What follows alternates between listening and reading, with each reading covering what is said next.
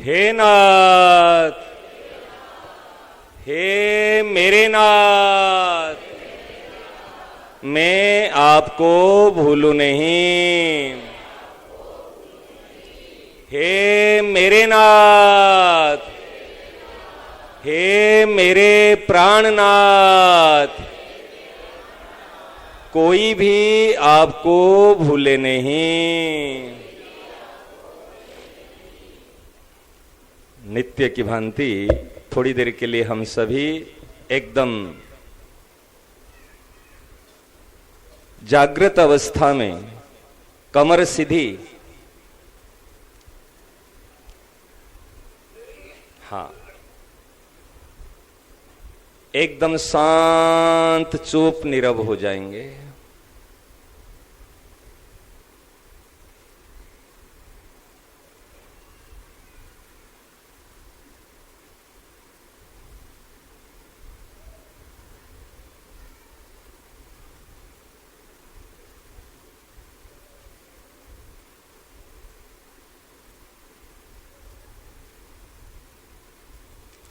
किसी भी प्रकार की आवाज नहीं होनी चाहिए। जो पीछे आ रहे हैं चुपचाप मुख बंद करके अपना यथास्थान बैठ जाए।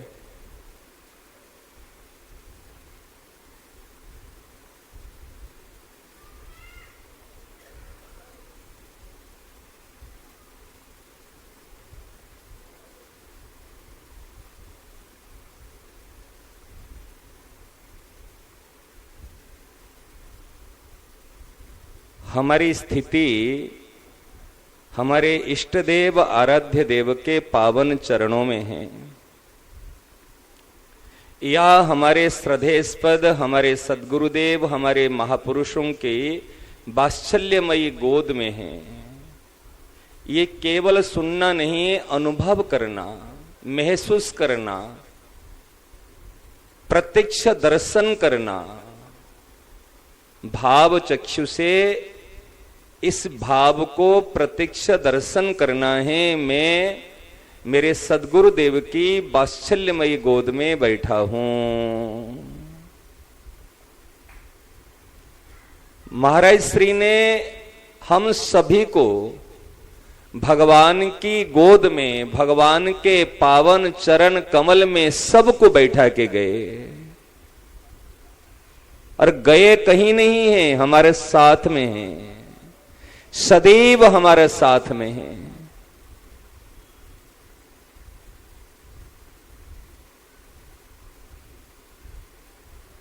स्थिरता, इस बात पर दृढ़ता,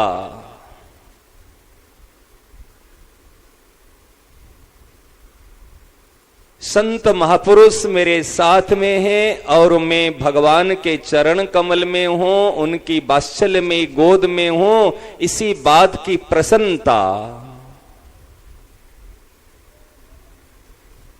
स्थिरता, दृढ़ता और प्रसन्नता से जीवन की यात्रा शुरू होती है। तुम्हें एक बस आवश्यकता, व्याकुलता, और उस सरसता में ही जीवन की यात्रा पूरी होती है।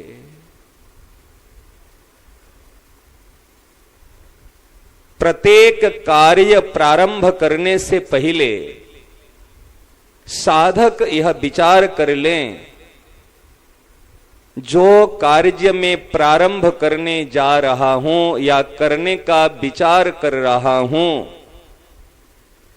एक कार्य मैं अपनी इच्छानुसार करना चाहता हूं या मेरे सच्चे हितैषी की आज्ञा के अनुसार करना चाहता हूं।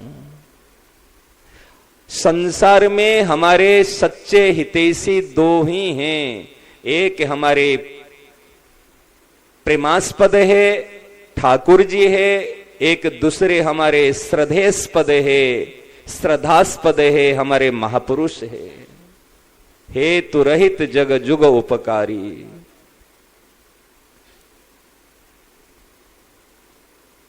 अपनी इच्छानुसार करना चाहता हूं या उनकी आज्ञानुसार करना चाहता हूं। दूसरी बात, अपनी खुशी के लिए, अपने स्वार्थ के लिए, मतलब के लिए करना चाहता हूं या उनकी प्रसन्नता के लिए करना चाहता हूं। यदि अंतरात्मा से उत्तर आएगा मैं सच्चे हितैषी की आज्ञानुसार कार्य करना चाहता हूं और उनकी प्रसन्नता के लिए कार्य करना चाहता हूं, तो टिक चिन्ह लगा देना, यस ओके, अब करना है। यदि अंतरात्मा से ये उत्तर आ रहा है ना मैं अपनी इच्छा के अनुसार और अपनी खुशी के लिए, सुख के लिए करना चाहता हूं, तो 10 बार सोचना, कभी मत करना।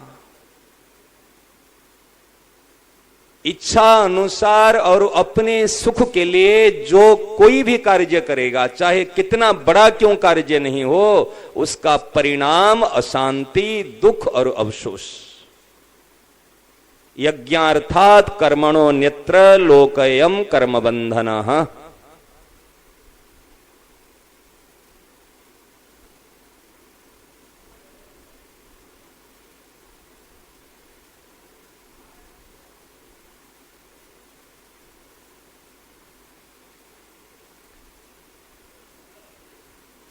नेत्र बंद है सबको। मैं एक प्रश्न करता हूं, एक एक बात पूछता हूं, आप केवल नेत्र बंद करके उत्तर देना। महाराज श्री हम सभी को पंचामृत पान कराए हैं, हमने पंचामृत का सेवन किया है। हम किसके हैं? हम कहां रहते हैं? हम किसका काम करते हैं? हम किसका प्रसाद पाते हैं? हम किसके जनों की सेवा करते हैं? हम किसकी चिंता करते हैं? जयराम जी की।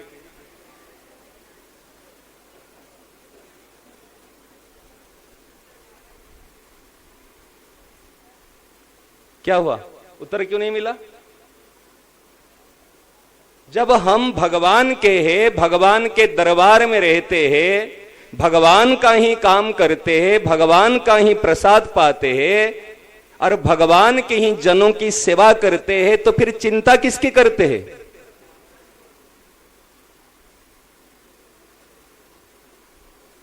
रट लिए, सोचिए ना। हम भगवान के हैं और चिंता हमारी, परिवार भगवान के हैं और चिंता हमारी, हम शरणागत है और चिंता हमारी, हम सेवक हैं और अशांति हमारी, हम तत्वज्ञानी हैं, स्वरूप में स्थित है और चिंता हमारी। सीखने से काम नहीं चलेगा।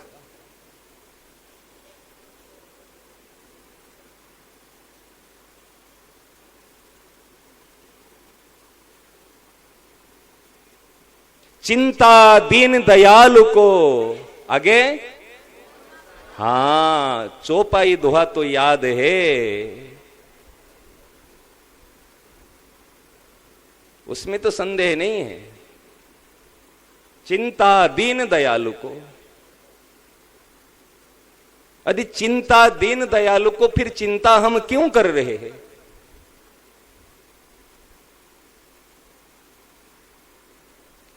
सबसे मेरा निवेदन है, हमारा जीवन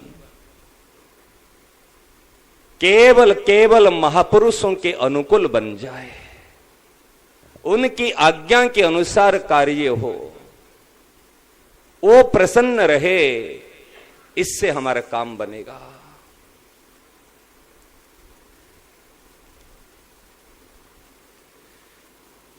भूल जाते मंगलाचरण का, संक्षेप में मंगलाचरण कर लेते हैं। राम राम राम राम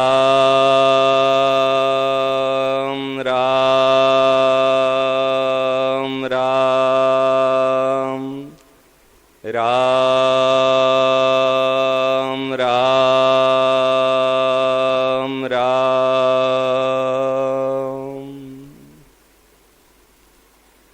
अनंत कोटि महापुरुषों के श्री चरण कमल में दास का सादर प्रणाम। सभी सत्संग प्रेमी भाई बहनों को यथा योग्य हार्दिक अभिनंदन। अब हम चर्चा करते मूल विषय पर ध्यान देना।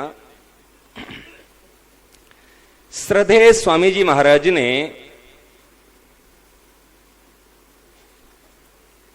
संबंध के पर बहुत जोर दिया ना नहीं? हमारा भगवान के साथ में 5 प्रकार के संबंध है। सुबह चर्चा चली थी। सुबह आज सार बात क्या चली थी सूत्रात्मक रूप में, कौन बताएगा? सुबह की बात सूत्रात्मक रूप में क्या बात हुई थी?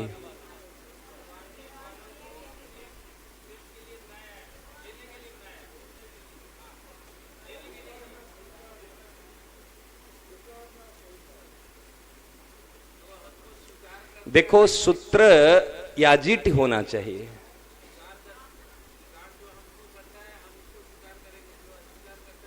हाँ, भैया ने सही बताया। 2 ही बात थी। भगवान ने हमारा निर्माण देने के लिए किया है, लेने के लिए नहीं है, पहली बात। दूसरी बात थी, जिन्होंने हमको स्वीकार किया है, हम केवल केवल केवल उनको ही स्वीकार करेंगे, और जिन्होंने हमको अस्वीकार किया है हम उनको ही अस्वीकार करेंगे। इतनी सी बात, लंबी चौड़ी बात है ही नहीं।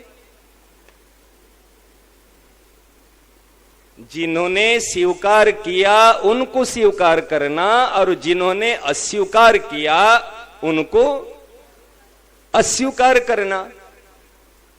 जिन्होंने हमको पसंद किया उनको पसंद करना, और जिन्होंने हमको नापसंद किया, हमारी और आंख उठा के देखा ही नहीं, उनको नापसंद करना। संसार हमको पसंद करता है क्या?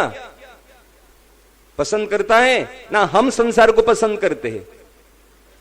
बताओ। अरे हम संसार को पसंद करते हैं। कपड़ा आपको पसंद करता है ना? आप कपड़े को पसंद करते हो। कोई भी चीज वस्तु आपको पसंद करती है ना? आप उसको पसंद करते हो। आप पसंद करते हो। संसार ने हमको पसंद नहीं किया। माया ने, प्रकृति ने कभी हमको पसंद नहीं किया। माया ने, प्रकृति ने, उन्होंने अपने पति मायापति माधव को ही पसंद किया। इसलिए माया माधव की ओर जा रही है। हमने उनको पसंद किया, उसको पसंद किया। जिनको पसंद करना चाहिए उनको पसंद नहीं किया। क्या सही ना? नहीं। इसलिए जिन्होंने हमको स्वीकार किया है हम उनको स्वीकार कर लेंगे।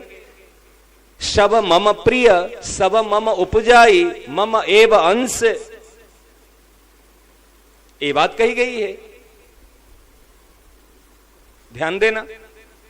तो कहने का तात्पर्य है, सुबह 2 बात पर चर्चा हुई थी, स्वीकार और अस्वीकार, पसंद और नापसंद। और हमारा निर्माण देने के लिए हुआ है, सबको देना, किसी से किंचित मात्र भी नहीं लेना। और क्या देना और क्या नहीं लेना बात हुई थी, कौन बताएगा?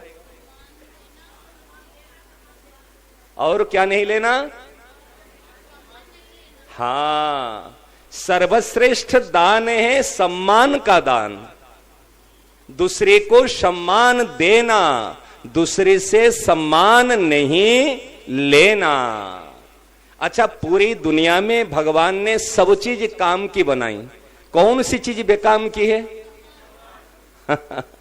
पूरी दुनिया में सब चीज काम की है महाराज। टट्टी पेशाब भी काम की है, लेकिन इस सम्मान काम की नहीं है। सम्मान देने के लिए बना गया है, हमारे काम की नहीं है। और हम सोचते सम्मान ही मेरे काम का है, सम्मान ही मेरा काम का है। सम्मान पूरी दुनिया में, सम्मान मेरा काम का नहीं है। ये सम्मान दूसरे को देने के लिए बना गया है। महाराज जी बोलते थे ना, एक ओढ़ा बनी ना, क्या बोलते हैं? जो दूसरे को ओढ़ने में काम आता है? ओढ़ाबणी, ओढ़ाबणी, हाँ ओढ़ाबणी कहते। वो एक दूसरे को ओढ़ाया, वो उसुर को ओढ़ाया, ऐसे महाराज सम्मान ओढ़ाबणी है। सम्मान ओढ़ाबणी है, दूसरी को ओढ़ाओ काम आएगा, खुद के लिए नहीं है। तो कभी जीवन में हम दुखी नहीं हो सकते। ये सुबह की चर्चा हुई थी महाराज। तो अभी आज के सत्र में हम चर्चा करते हैं, दो चीज पर चर्चा करेंगे। एक तो स्वीकार, एक तो पुकार। स्वीकार माने संबंध। अच्छा, पहले हम पसंद करेंगे ना पहले हम स्वीकार करेंगे? थोड़ी सी एग्जाम भी लेता हूं बीच बीच में, हैं? पहले स्वीकार करेंगे। कोई लड़के से विवाह करते हो तो पहले पति रूप से स्वीकार करते हो, फिर बाद में पसंद करते हो।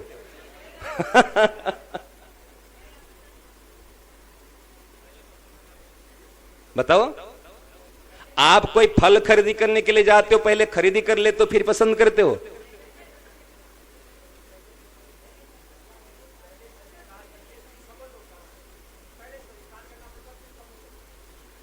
आपको बता रहा हूं, कोई भी चीज वस्तु लेते हो, किसी से भी संपर्क विवाह किए, पहले स्वीकार किए फिर बाद में संबंध जोड़ा। विवाह हुआ ना नहीं हुआ? तो पहले पसंद किया था ना पहले विवाह हुआ था? आपके जमाने में तो पिताजी ने करा दिया, लेकिन बिल्कुल बात है, पसंद और उस संबंध में व्यक्ति पहले पसंद करता है। और पसंद किसको करता है? बढ़िया चीज को पसंद करता है ना घटिया चीज को पसंद करता है? अगर कोई लड़की को कहा जाए तो बर पसंद करो, वो काना को पसंद करेगा? पसंद करेगी क्या काना लंगड़े को? वो सोचे बिल्कुल ऐसे कंदर्प जैसा सुंदर हो, ऐसे गुणवान हो, रूपवान हो, दयावान हो। ऐसे हम पसंद करने से पहले उसकी विशेषता को देखते हैं। क्या उनमें विशेषता है, क्या उनमें गुण है, महिमा है। अच्छा, किसी में बहुत सारी महिमा दिखती है लेकिन जान नहीं है।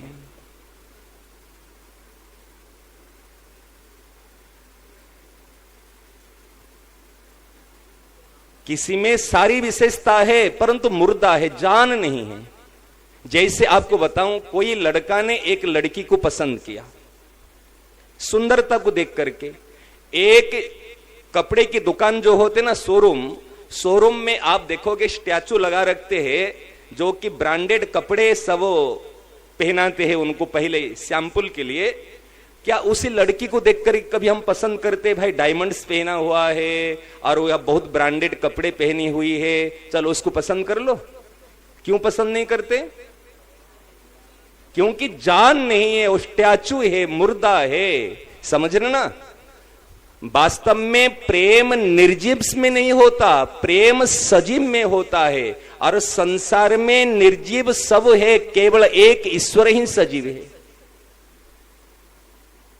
हमारे अंदर में यदि हम किसी को प्रेम करते हैं, हम आपको एक घटना बताए थे ना, मुंबई की घटना, एक लड़का लड़की दोनों ऐसे प्रेम विवाह कर लिए।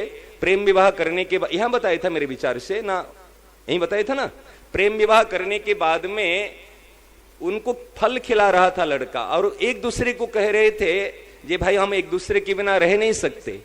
और गोद में, वो लड़के की गोद में वो लड़की बैठी है, इसे प्रेम से जैसे लौकिक प्रेम होता है, और उसमें इसको स्लो हार्ट अटैक आया और वहीं शरीर चला गया, गोद में शरीर चला गया। शरीर जाने के बाद में जो कह रहा था लड़का मैं आपके बिना रह नहीं सकता हूं, ये लड़का जब अलग से मिला दुखी होकर के, परेशान होकर के, एक प्रश्न किया। वहां तो कोई नहीं थे, मुंबई शहर में कोई मरता जीता कोई पता नहीं चलता। आप उस समय में कोई ना मां है, ना पिता है, ना भाई है, अब ध्यान देना उसी बात को। तो फिर आपको किसने रोका उनके साथ मरने के लिए? आप कह रहे थे आप इनके बिना रह नहीं सकते, क्यों नहीं मरे उनके साथ में?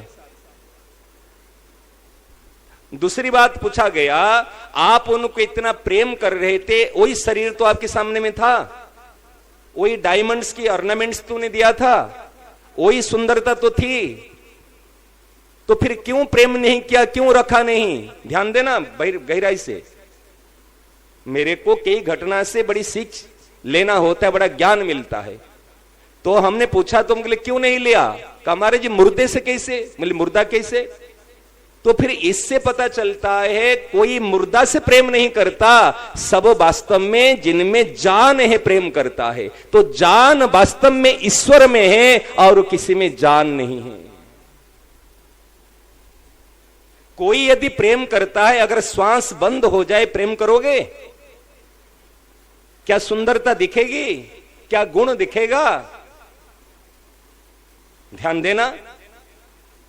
तो वास्तव में जो संबंध प्रेम कहते, महाराज जी कहते है, जो है माने सत्ता, जिसकी महाराज जी की भाषा में जिसकी सत्ता है और सत्ता होने के बाद महत्ता माने विशेषता है। विशेषता को देख करके हम पसंद करते हैं, पसंद के बाद में हम क्या करते? संबंध जुड़ता है, फिर स्वीकार करते हैं, हाँ ये मेरा है। पसंद को देख करके स्वीकार करते। एक प्रेम होता है पसंद से और एक प्रेम होता है संबंध से, स्वीकार से। एक लड़की को प्रेम करती है पसंद से, परंतु मां जब बेटे को प्रेम करती है किससे? पसंद से ना संबंध से? ध्यान दे रहे ना? मां जब अपने बेटे को प्रेम करती है वो पसंद से प्रेम नहीं करती, वो जानती है ये मेरा गर्भ में जो है ये मेरी संतान है, ये चाहे कैसा भी हो ये मेरा है। तो भगवान का प्रेम संबंध से, स्वीकार से, और हमारे जीवात्मा का जो प्रेम होता है ये होता है पसंद से। थोड़ा बारीक बात ध्यान देना। आश्रय बड़ा है ना, आत्मीयता बड़ी है? थोड़ा क्रिटिकल क्वेश्चन है। आश्रय बड़ा है या आत्मीयता बड़ी है?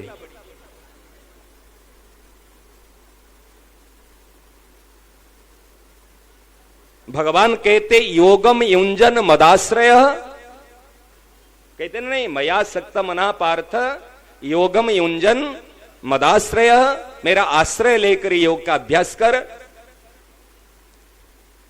मामेव ये प्रपद्यन्ते माया मेतम तरंती ते माम एकम शरणम ब्रज, तो एकमात्र मेरा आश्रय में आ जाए, मेरी शरण में आ जा। कहते ना नहीं कहते गीता में? आश्रय क्या है? किसी विशेषता को देख करके, अपनी असमर्थता को देख करके हम समर्थ के आश्रय में जाते हैं। हम समर्थ का आश्रय को ग्रहण करते हैं। परंतु भगवान जो स्वीकार किए हैं हमको, भगवान की जो हमारी की तरफ आत्मीयता है, ये कोई विशेषता को देख करके नहीं है, ये किसी भी प्रकार की विशेषता को देख करके नहीं है, वो मेरा है। उनकी आत्मीयता, सब मम प्रिय कहा ना नहीं? ये आत्मीयता भगवान की तरफ से आत्मीयता, परंतु हमारे अंदर में ऐसी आत्मीयता पहले हो नहीं पाती। इसीलिए हमको भागवत सुनाने से पहले भागवत महिमा महात्म्य सुनाते हैं, गीता सुनाने से पहले गीता महात्म्य सुनाते हैं, नाम महिमा सुनाते हैं, धाम महिमा सुनाते हैं, गुरु महिमा सुनाते हैं। महिमा सुनाने से क्या हम इसमें एक प्रभावित तो होंगे, उसको पकड़ेंगे, परंतु भगवान के लिए कोई प्रभावित होने की आवश्यकता नहीं। और भगवान की ऐसे जो विशेष गुण जिन संतों में आया है, जैसे मीराबाई है, चैतन्य महाप्रभु है, उन्होंने भगवान के गुण प्रभाव को देख करके प्रेम नहीं किया। असुंदर सुंदर शेखरोवा गुणेर विहीनम गुणिनम बरोवा, उन्होंने क्या प्रभाव देखा? वो कैसे भी है मेरे अपने हैं। मीराबाई ने कहा चाहे काला हो, चाहे गोरा हो, चाहे हल्का हो, चाहे भारी हो, चाहे कैसे भी हो, मैंने तो उनको अपने स्वीकार कर लिया, मोल ले लिया। बात समझ में आ रही है ना? मैंने तो केवल उनको स्वीकार कर लिया। तो कहने का तात्पर्य मैं केवल भगवान का ही हूं, ये हमने उनका आश्रय ग्रहण किया, हम उनकी शरण में गए और वो केवल मेरे अपने हैं, हमने उनको अपना लिए। समझ रहे ना? जैसे यशोदा मैया कहती है ये लाला मेरा बेटा है, लाला को लेकर के अपनी गोद में बैठाई और मैं आपकी शरण में हूं, और हम जाकर के उनके चरण का आश्रय लिए। जहां पर आश्रय लेते हैं वहां पर शरण है, जहां पर उनको अपना लेते हैं वहां पर वरण है। मैं तो बरबरियो गोपाल, मायरे में तो बरबरियो गोपाल, मैं तो उनको वरण कर लिया। वरण माने स्वीकार, सही ना? नहीं, मैंने उनको अपना लिया। फिर क्या अपनाया? जो हमारा संबंध है, दास्य सख्य वात्सल्य माधुर्य, हमने उनको स्वीकार कर लिया। तो मेरा कहने का तात्पर्य है, श्रद्धेय स्वामी जी महाराज ने इस संबंध को बहुत महत्व दिया। देखो, हम सभी भगवान का नाम लेते हैं। एक बात बताऊं, एक लड़की का नाम है राधा और एक लड़की का नाम है चंचला। जो राधा है एक वो किसी मिनिस्टर की बेटी है, और चंचला जो नाम है, काली कलुटी चंचला, वो आपकी बेटी है। तो आपको चंचला प्यारी लगती है ना राधा प्यारी लगती है?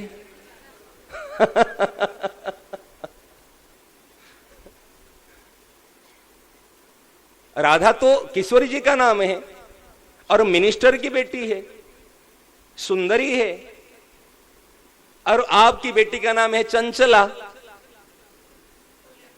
और काली कलुटी है। फिर क्यों प्यारी लगती है? मेरी है। समझ रहे ना? इसीलिए वास्तव में नाम से प्रेम नहीं है। ये जो नाम, चाहे राम नाम हो, चाहे राधा नाम हो, चाहे कृष्ण नाम हो, ये मेरे प्रभु का नाम है, मेरे राम, मेरे नाथ। महाराज, ये जो महाराज जी की खोज है ना, बड़ी विचित्र है। जगन्नाथ जो जगत के नाथ है, विश्वनाथ जो विश्व के नाथ है, त्रिभुवन नाथ जो त्रिभुवन के है, लेकिन ये महाराज जी ने कहा चाहे वो किसी के भी नाथ हो, ये तो मेरे नाथ। ये जो मेरापन है, मेरे मेरे, अपनी तरफ से केवल उनको मेरा स्वीकार कर लेना। अपने स्वीकार करे तो भी मेरा है और स्वीकार नहीं करे भी हम उनके हैं। लेकिन हम स्वीकार कर लेने से हमको मीठा लगेंगे, प्रिय लगेंगे, अच्छे लगेंगे। इसलिए अपनी तरफ से केवल मेरे अपने हैं। देखो, एक बात बताऊं, बड़ी गहरी बात है, ध्यान देने की बात है। भगवान से बड़ा है भगवान का नाम।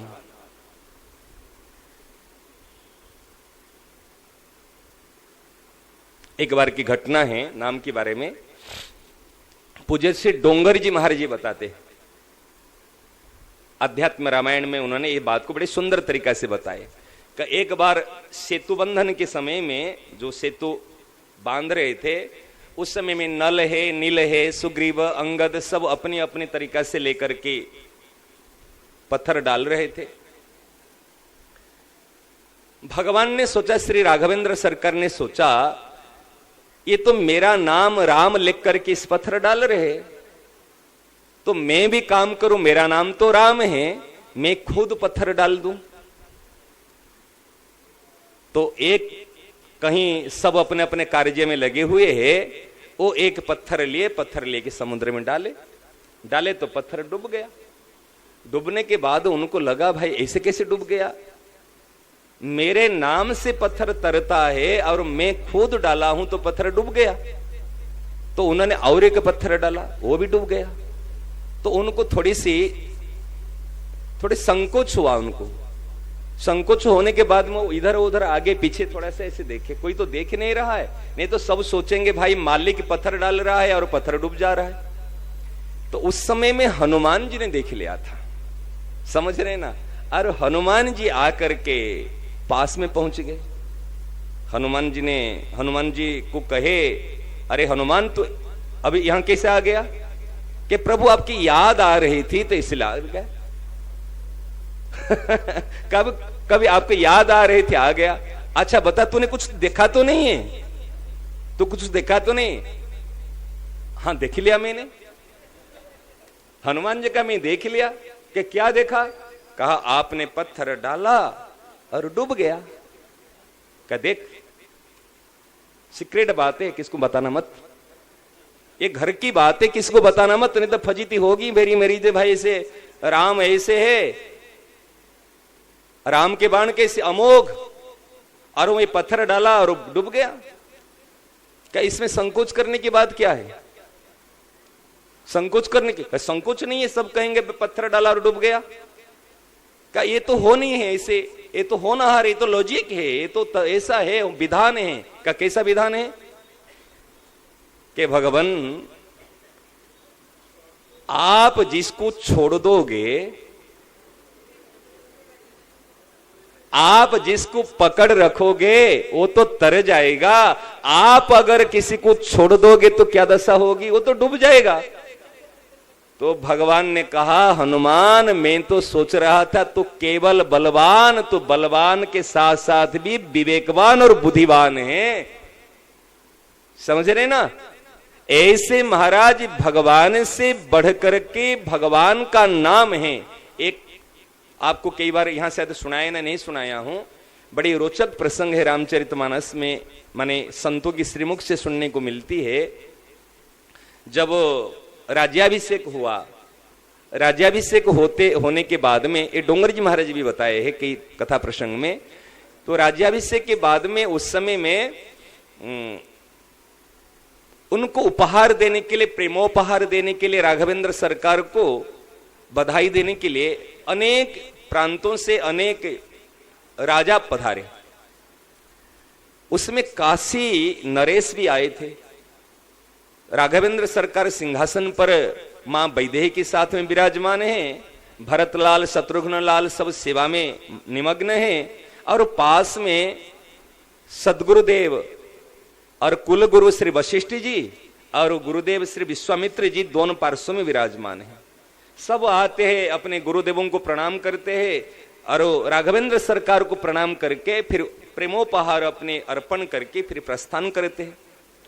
एक बार की बात है, जब उस समय रास्ते में काशी नरेश आ रहे थे, उस समय नारद जी महाराज बीच में प्रकट हो गए। काशी नरेश को कहे, कहां जा रहे? कि श्री राघवेंद्र सरकार के दर्शनार्थ और प्रेमोपहार प्रदानार्थ जा रहा हूं। कि देख, एक काम करे ना, वहां पर विश्वामित्र जी बैठे हैं। कि हाँ, कि उनको प्रणाम मत करना, उनको प्रणाम मत करना। कि क्यों? अरे तेरे में और उसमें क्या अंतर है? तू भी राजा है और वो भी राजा है। कोई राजा राजा को प्रणाम करता है क्या? तू भी राजा है, क्षत्रिय है, और विश्वामित्र भी क्षत्रिय है, राजर्षि है। लेकिन अपने आप को ब्रह्मर्षि सुनने के लिए महाराज वशिष्ठ जी उनको ब्रह्मर्षि कह दे। ये ब्रह्मर्षि बनने के लिए उन्होंने विश्वामित्र वशिष्ठ जी के 100 पुत्र को वध कर लिया। हाँ, ये लड़ाई कम नहीं है, चिड़िया बनकर दोनों आपस में लड़े। ऐसी लड़ाई हुई। ये सम्मान के जो भूखे व्यक्ति होते ना, क्या नहीं कर पाएंगे। इस सम्मान के कारण, पद के कारण आज एक दूसरे को मर्डर करने में भी पीछे नहीं हटते। तो उन्होंने कहा उनको प्रणाम नहीं करना। नारद जी महाराज जब कहते काशी नरेश के आके आए और आकर के वशिष्ठ जी को प्रणाम किए, राघवेंद्र सरकार को प्रणाम किए, प्रेमोपहार दिए, दे करके बैठे विश्वामित्र जी, उनको प्रणाम नहीं किए। इतने भीड़ में कौन किसको प्रणाम करता है, कौन देखता है? प्रणाम नहीं किया तो क्या हो गया? नारद जी यहां तो मना कर दिए, उनको कहे ना प्रणाम नहीं करना, और वहां जाके विश्वामित्र जी के पास में बैठ गए। समझ रहे ना? पास में बैठ गए। जैसे काशी नरेश बिना प्रणाम किए ऐसे चला गया, जंघा को ठोक के देखा देखा देखा, वशिष्ठ जी को प्रणाम किया, आपको प्रणाम नहीं किया। और जब वशिष्ठ जी को प्रणाम किया, आपको प्रणाम नहीं किया तो दृष्टि गई और उनको अपमान महसूस हुआ। अरे वशिष्ठ जी को प्रणाम किया, मुझे प्रणाम नहीं किया। उनके अंदर में ऐसा भेदभाव है, मैं राम जी के गुरु हूं फिर मुझे ऐसा अपमान, और आग बबूले हो गए। श्री राघवेंद्र सरकार बैठे के देख रहे हैं कि गुरुदेव अप्रसन्नता का कारण क्या है, क्यों मुख विषाद है। कहे राघव, एक राजा काशी नरेश आकर के मेरा घोर अपमान किया। कि गुरुदेव आपका अपमान ही मेरा अपमान है, ये अपमान का जो बदला है, अपमान का बदला मैं स्वयं लूंगा और अपने हाथों से उनको दंडित करूंगा। कि क्या प्रमाण है तुम दंडित करोगे, कैसे मैं मानूं? क्या आप कैसे मानोगे कि आपके जो प्रिय है उनके अगर सौगंध खाओगे, उनका नाम लेकर के प्रोमिस करोगे तो मैं मानूंगा? क्या मेरे सबसे प्रिय है हनुमान, मैं हनुमान के नाम से सौगंध खा रहा हूं, मैं उनको हाथों से मृत्युदंड दूंगा। श्री राघवेंद्र सरकार ने ये प्रोमिस कर ली कि सूर्यास्त से पहले मैं उनको हाथों से दंड दूंगा। और काशी नरेश तो प्रणाम करके उपहार देके जा रहे थे, उस समय में बात पहुंच गई, भाई देखो अभी श्री राघवेंद्र सरकार खुद दंडित करने वाले हैं। और वो सोचा मेरी क्या गलती है, मैं तो प्रणाम करने वाला था, नारद जी ने मुझे मना कर दिया। और वो तो घबराए, जो राघवेंद्र सरकार पण किए हैं महाराज जिनकी प्रतिज्ञा अटल प्रतिज्ञा है, वो कैसे क्या बात होगी। बीच में देखे तो नारद जी प्रकट हो गए कि जयराम जी के आपने बड़ा अच्छा काम किया। अब कहे मैंने तो कही दिया ऐसे हो जाएगा, मेरे को क्या पता था, तो अभी करे क्या। उस समय में काशी नरेश जाकर के अंजनी, माता अंजनी थी, माता अंजनी के शरण में चले गए कि मां अभी आप ही रक्षा करो, मुझे मारने के लिए मैंने राघवेंद्र सरकार का नाम नहीं लिए कि जब मुझे मारने के लिए कोई पीछे पड़ा है, बस शरणागत की रक्षा आप करो। मां तो दयालु होती है, उन्होंने कहा ठीक है तो चिंता मत करना। नित्य प्रति हनुमान को प्रणाम करने के लिए आते थे और नित्य प्रति प्रणाम करते समय जब हनुमान जी आकर अंजनी माता को प्रणाम किया, बेटा हनुमान के मां एक कार्य करना है, जो आज्ञा। क्या आज्ञा मां? अरे शरणागति की रक्षा करनी है, ये मरणासन स्थिति में है, उनको कोई मारने के लिए बैठा है, आप इसकी रक्षा करना कि जैसे आपकी इच्छा है। मां की आज्ञा पालन किए। तो काशी नरेश ने कहा आप मेरी रक्षा करोगे, क्या सबूत है, क्या प्रमाण है कि यदि मेरी बात पर विश्वास नहीं है, मैं मेरे प्रभु श्री राम के सौगंध खा कहता हूं, मैं आपकी रक्षा अवश्य करूंगा। ध्यान दे रहे हैं ना बात को, मैं आपकी रक्षा अवश्य करूंगा, मैं मेरे प्रभु श्री राम की सौगंध खा कहता हूं। जब श्री राम के सौगंध श्री भक्त राज हनुमान लेते, फिर इसमें शंका की कोई बात तो ही नहीं। तो उस समय में राघवेंद्र सरकार महाराज धनुष बाण लेते हुए आकर अंजनी माता के द्वार पे पहुंच गए। सबको पता चला जे भाई यहां, उनको पता चला जे यहां पर छुपा हुआ है कि हनुमान आकर के साष्टांग प्रणाम के, प्रभु आप यहां पर, कोई आज्ञा होती तो मुझे बुला लेते। अरे आज्ञा क्या है, एक अपराधी को दंड देने के लिए आया हूं। कि प्रभु कौन से अपराधी है? अरे मेरे गुरुदेव का अपमान किया है, मेरे गुरुदेव को प्रणाम नहीं किया है, और मैं गुरुदेव के सामने में प्रतिज्ञा किया हूं, मैं अपने हाथों से मृत्युदंड दूंगा। कि प्रभु इतने छोटी सी बात के लिए मृत्युदंड? अरे मेरे गुरुदेव का अपमान, और मैंने प्रतिज्ञा किया हूं कि कौन है? काशी नरेश। अरे काशी नरेश ये तो वहीं पे है। कि प्रभु मैं भी एक प्रतिज्ञा किया हूं, मां के कहने अनुसार मैं भी उनकी रक्षा करने का प्रतिज्ञा किया हूं। कि देख हनुमान, मैं प्रतिज्ञा किया हूं तेरे नाम से, तेरे सौगंध खा के, यदि मैं हनुमान का सौगंध खाता हूं, मैं उनको अवश्य मृत्युदंड दूंगा। कि प्रभु मैं भी आपके नाम से सौगंध खाया हूं, मैं उनकी रक्षा करूं।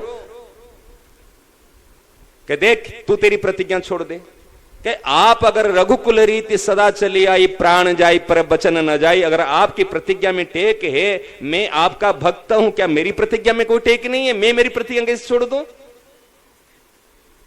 भगवान कहते कौन्तेय प्रतिजानी ही न मे भक्त प्रणश्यति, तू प्रतिज्ञा कर ले मेरे भक्त का पतन नहीं होगा। कि मैं मेरी प्रतिज्ञा कैसे छोड़ दूंगा? कि देख फिर जो होना चाहिए हो जाएगा। कि होने दो, जब आप कह रहे होने के लिए तो होने दो। और उसी समय काशी नरेश से बात सुन रहा, वो कांप रहा है। कल ले अभी भक्त भगवान में लड़ाई शुरू हो जाएगी मेरे कारण से, जहां पर भगवान, क्योंकि काशी नरेश तो शास्त्रज्ञ था, काशी नरेश से सुना है यदि भगवान रखना चाहेंगे कोई मार नहीं सकता, और भगवान मारना चाहेंगे तो कोई, भगवान रखना चाहे तो कोई मार नहीं सकता, और भगवान मारना चाहेंगे तो कोई, और स्वयं भगवान मारने के लिए आए हैं उनको। और ये हनुमान क्या करेगा? महाराज जी वो तो कांपने लगा, पसीने आ रहे। हनुमान कह रहे क्यों कांप रहा है? कि भगवान मारने आए हैं। कि तू एक काम कर सकता है? कि क्या काम करूं? कि केवल राम राम राम राम राम राम राम राम राम राम राम करना। जो मरने के सामने धनुष बाण देख रहा है वो राम राम निकलेगा क्या? उस समय कहे ये सब नहीं हो रहा कि आंख बंद कर ले और राम राम राम राम कर। एक काम कर, मैं तुझे अपने कंधे में बैठा देता हूं। तो वो काशी नरेश बोला ही नहीं, सोचा कि कंधे पे बैठना मतलब आप तो सुरक्षा में रहेंगे, बाण सब मेरे में लगेंगे। कंधे पे बैठाने का मतलब क्या रहा? और हनुमान जी ने काशी नरेश को कंधे पे बैठा दिए, जैसे बच्चे को पकड़ते हैं ना, दोनों पांव को कस के पकड़ लिए, के आंख बंद करना और राम राम राम राम राम राम राम राम राम राम राम राम राम राम राम राम राम राम। मरता क्या नहीं करता? क्या राम राम बंद नहीं करना? बंद हो जाएगा तो फिर मर जाएगा। और बंद जब तक राम नाम नहीं होगा तब तक कुछ भी नहीं होगा। और उन्होंने महाराज जी राम राम राम राम राम राम करते हुए और उन्होंने कंधे पे बैठा दिया। भगवान को कह दिया, भगवान अभी आपकी प्रतिज्ञा आप पूरा करिए, आप पूरी करिए आपकी प्रतिज्ञा। राघवेंद्र सरकार महाराज सूर्योदय से के बाद में और अमोघ बाण, जिमी अमोघ रघुपति कर बाणा, और ऐसे अमोघ बाण महाराज तुणीर से उठा के एक पर एक मार रहे हैं। परंतु वहां पर राम नाम के जो ओरा है वहां पर ऐसे महाराज जी राम नाम, और वहां के आने के बाद फिर वापस चला जाता है, फिर वापस चला जाता है। देख के आश्चर्य है कि इसी बाणों से मैंने रावण को मार दिया और एक काशी नरेश कोई बाण मारने के लिए नहीं मर रहा है। और गुरुदेव खड़े हैं, वशिष्ठ जी, विश्वामित्र जी, सब लोग खड़े हैं, और एक पर बाण मारता रहा।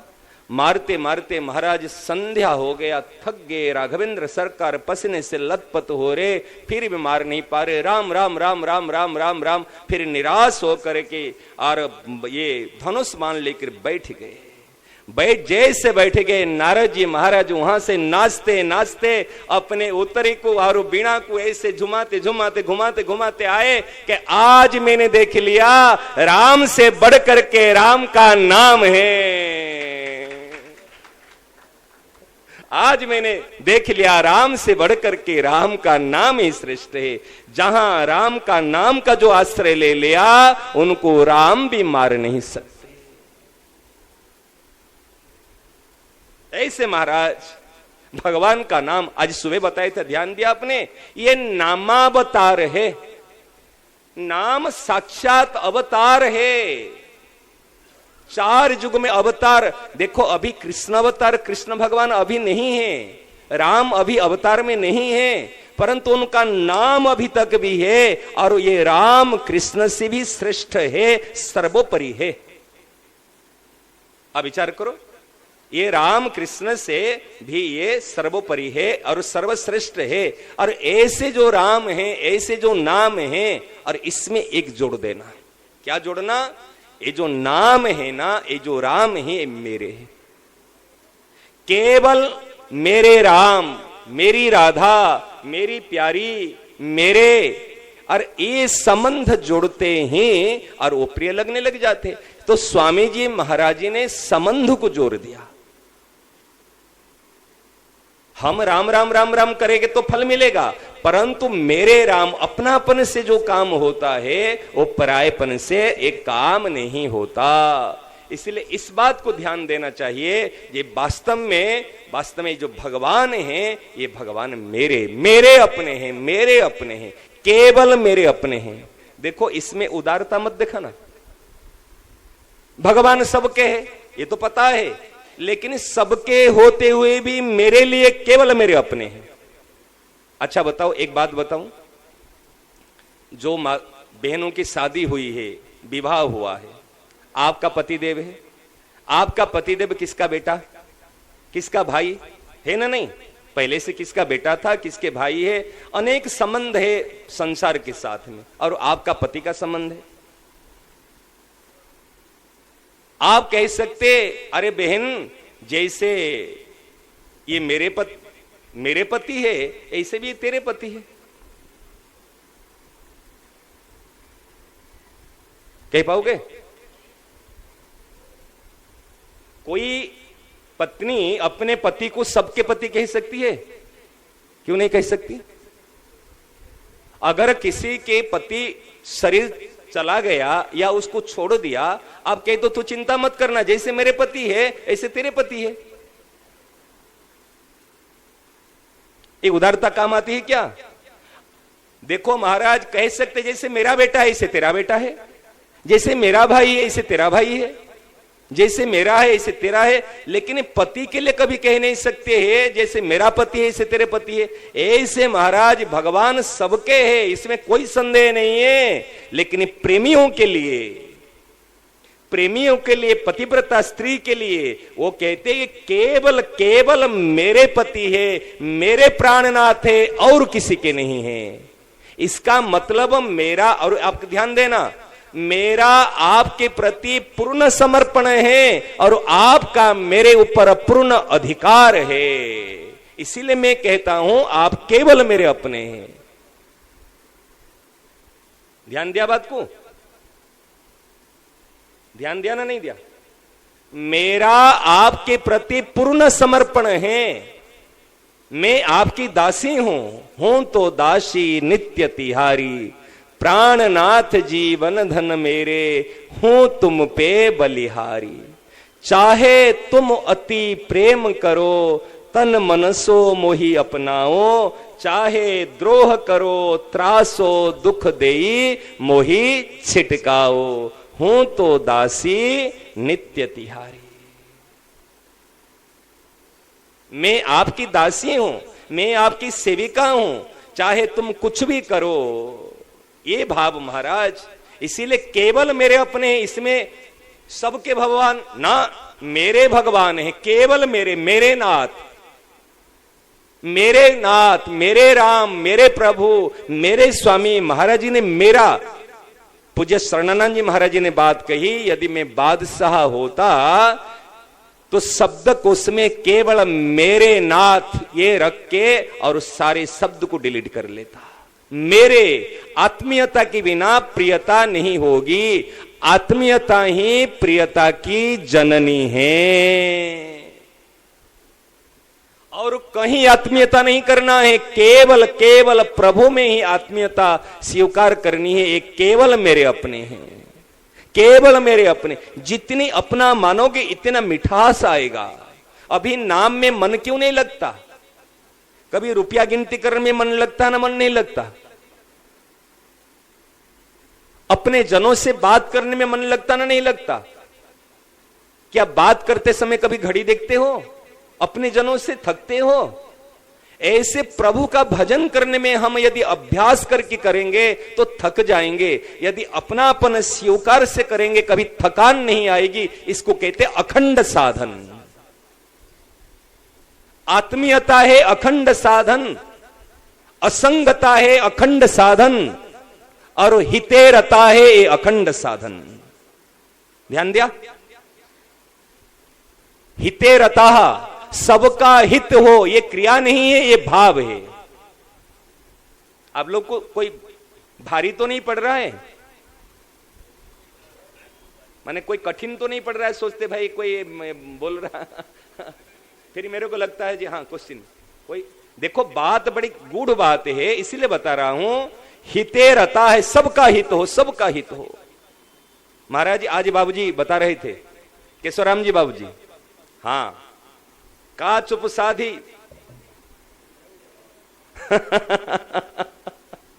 महाराज इस वयस में आप बैठ जाते, बड़ी कृपा है, नहीं तो हमारी बस की बात नहीं है। लेटे रहना भी बस की बात नहीं, तो बैठना क्या बस की बात है। लेकिन कोई कृपा शक्ति है, बैठ जाते हैं।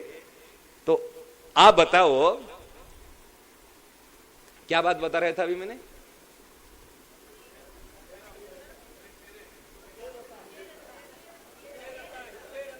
हितेरता की बात बता रहे था, सबका हित हो। सेठ जी ने सेवा और परम सेवा की बात बता रहे थे आप। बाबूजी, एक विशेष बात है, ऐसे करना सेवा है। हमारे इस बात में बात चर्चा हुई है, सेवा, कुसेवा, सुसेवा और साधारण सेवा और असीम सेवा, उत्कृष्ट सेवा और परम उत्कृष्ट सेवा। याद है ना? नहीं है? भलाई करना सेवा है, बुराई रहित होना असीम सेवा है, और बुराई रहित होने के बाद में दूसरे को सम्मान देना ये उत्कृष्ट सेवा है। और प्रतिबदल में सम्मान नहीं चाहना, सम्मान देते हुए भी ये परम उत्कृष्ट सेवा है। सेठ जी की भाषा में परम सेवा है। परम सेवा यह है, मरणासन स्थिति में जाकर के हम उनको भगवान का नाम सुनाते हैं और भगवान का उनका कल्याण हो। कल बाबूजी ने बताया था पेड़ में, सेठ जी ने शायद कहा, अगर सुनने वाले की इच्छा नहीं हो और सुनाने वाला का भाव हो जाए, इसका कल्याण हो जाए, सेठ जी ने कहा उसका कल्याण हो जाएगा। समझ मारे ना? सुनने वाले की इच्छा नहीं है, सुनाने वाला का भाव है। और उस सेठ जी ने तो यहां तक कहा कि गीता प्रेस में ताला लगा देना, यदि ऐसे कोई सामने आए परम सेवा तो ताला लगा के जाकर के परम सेवा करना। और यहां तक कहा सत्संग साधन भजन छोड़ के जाकर के परम सेवा करना। कारण क्या है? एक व्यक्ति जिसलिए मनुष्य शरीर मिला था वो शरीर छोड़ करके जा रहा है, यदि जाते जाते भी वो भगवान का स्मरण कर लेगा या हम उनको याद दिला देंगे, उनका मनुष्य जन्म लेना और भगवान को मनुष्य जन्म देना, दोनों का कार्य सार्थक हो जाएगा। इसीलिए परम सेवा। बाबूजी, एक बात इसमें प्रश्न शायद है, कल आया था, एक अखंड परम सेवा। हमारे परम सेवा को हम अखंड रूप से बना सकते हैं। आप कहें कैसे? अभी ये सेठ जी की, महाराज जी की कृपा से जोधपुर में थे तब बात आई थी ना, अभी कुछ दिन पहले ये बात आई थी, अखंड परम सेवा। अखंड परम सेवा भी क्या? जैसे परम सेवा करने के लिए कोई मरणासन व्यक्ति हो, हम उनके पास में जाएंगे, जाकर के नाम सुनाएंगे। और प्राय करके कई लोगों का शरीर जाने के बाद में हम नाम सुनाते। शरीर चला गया, गीता पाठ सुना दिए, नाम सुना दिए, ठीक है, मना नहीं है। परंतु मरणासन मरने से पूर्व यदि नाम सुनाते हैं, कीर्तन सुनाते हैं, गीता सुनाते हैं, वो ज्यादा इफेक्टिव है। क्योंकि जागृत अवस्था में फिर भी मरने के बाद में यदि सुनाते, व्यर्थ नहीं जाएगा, उसका भी कल्याण होगा।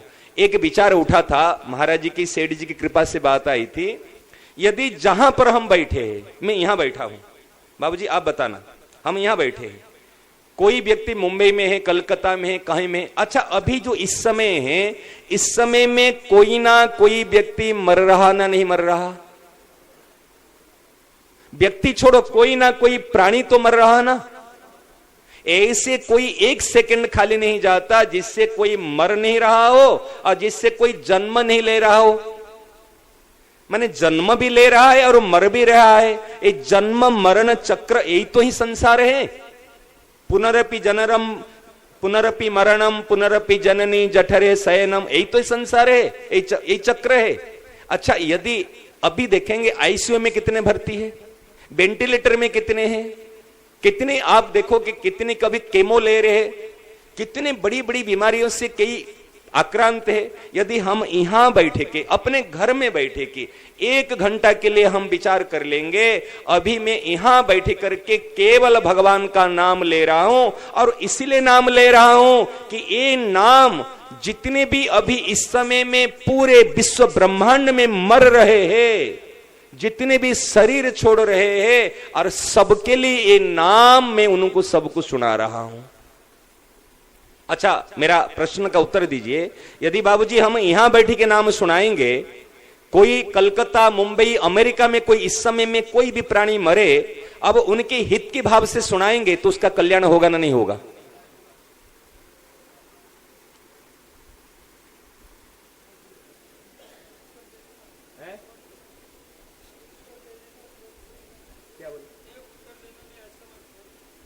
अच्छा, यदि असमर्थ क्यों है? सेठ जी ने कहा यदि सुनाने वाला का भाव हित का हो, कल्याण का हो, तो अगले का कल्याण हो जाएगा। कहा ना नहीं कहा?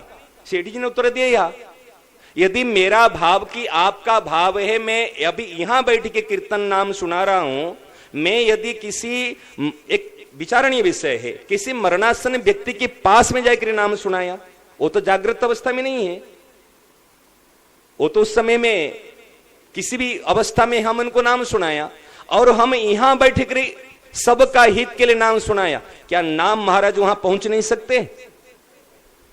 क्या हमारा भाव पहुंच नहीं सकता? क्या भाव के लिए कोई प्रतिबंधक है? क्या नाम के लिए कोई प्रतिबंधक है? बात समझ रहे ना? नाम कहते ना, मन की गति की अपेक्षा हमारे नाम महाराज की गति और तेज है। भगवान से बढ़कर के नाम श्रेष्ठ है, और हमारा भाव भी श्रेष्ठ है।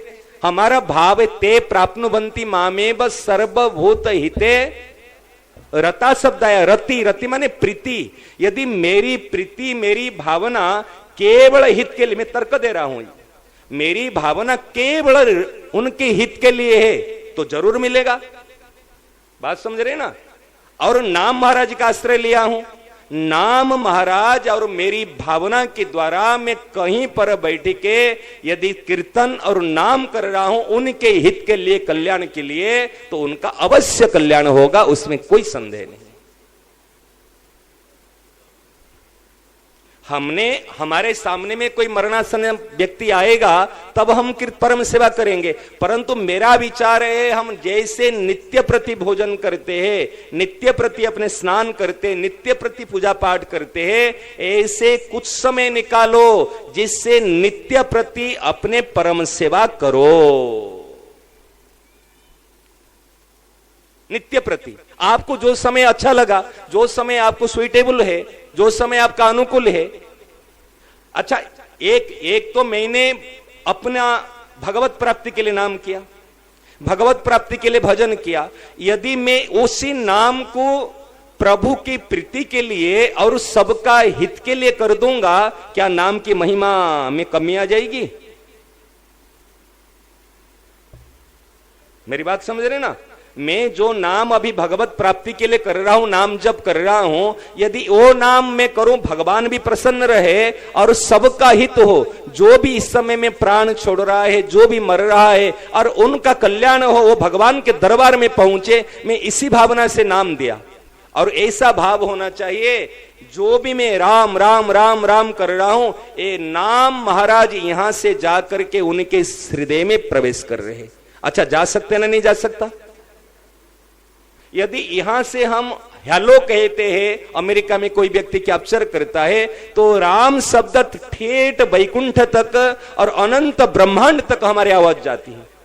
जाती है ना? नहीं जाती है? जाती है। तो हमारी भावना अगर किसके कल्याण के लिए, हित के लिए है, अवश्य उस व्यक्ति का कल्याण होगा, अवश्य उसका उद्धार होगा। जो सेठ जी की परम सेवा की जो संकल्प है, ये हम नित्य प्रति सबके सब कर सकते हैं। और बाबूजी, इसके लिए हमारे कई साधक साधिकाएं, जिसको जितने समय, छोटे छोटे बच्चे, हमारे गीता वाले संस्कार के बच्चे भी है, जिसको प्रत्यक्ष सामने में आ जाए तो जाके कर लिए, नहीं तो अपने 10 मिनट, जैसे हम अभी कीर्तन किए, अभी हम 15 मिनट कीर्तन करते हैं, यदि एक कीर्तन को हम अखंड परम सेवा में लगा देंगे, अभी इस समय में जो मर रहे हैं उनके कल्याण के लिए हम कीर्तन कर रहे हैं, तो उनका कल्याण होगा ना? नहीं होगा? हो जाएगा, क्यों नहीं होगा? अगर मैं जाके उनकी बाट पास में बैठ कर कीर्तन सुनाता हूं, उसका कल्याण होगा, तो क्या नाम महाराज क्या कोई दूरी है क्या? नाम की आवाज पहुंचेगी नहीं क्या? हमारी भावना और नाम महाराज में अनंत शक्तियां हैं, वो सब तक पहुंच सकते हैं। ये भाव आया था महाराज कुछ दिन पहले, और हमारे अनेक साधक साधिकाएं ये अखंड रूप में 24 घंटा, किसी ने 8 से 9 किया, किसी ने 9 से 10 किया, जिसको जो समय अनुकूल पड़ता है उस समय में करो।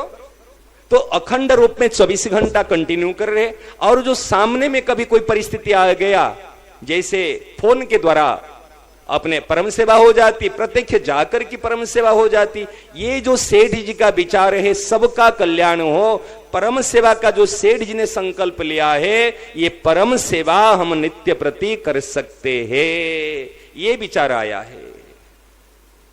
और एक बात आप प्रश्नोत्तर पहले कर लो।